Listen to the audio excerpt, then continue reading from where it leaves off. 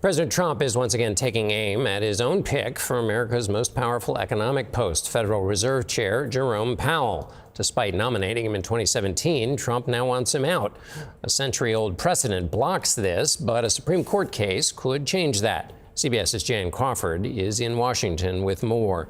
We're going to get to the case in a minute, but why doesn't the president have the power to get rid of Powell at the moment?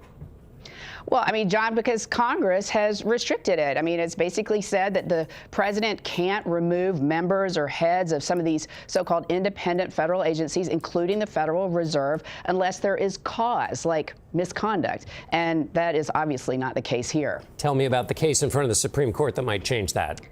Well, it involves the National Labor Relations Board, which is another one of those so-called independent federal agencies where Congress has specifically restricted the president from firing or removing members. Trump did it anyway. So one of the members sued. Now, Trump argues that he has the power to do this under the Constitution, that these are agencies that perform executive functions. He's the head of the executive branch, and so Congress can't restrict him from removing these members. And I will say, looking back to cases in the past 15 years, there has been some sympathy by some of the justices for those arguments. Now, how does this case affect the Fed? Well, it's a similarly structured agency, so there is real concern that if the court agrees to take up this case, and certainly if Trump wins, then that also could suggest that he could get rid of Jerome Powell as head of the Fed. But again, there have been cases, previous cases, where some of the justices have suggested they see the Fed as different. It's like an historical anomaly. It was created in 1913.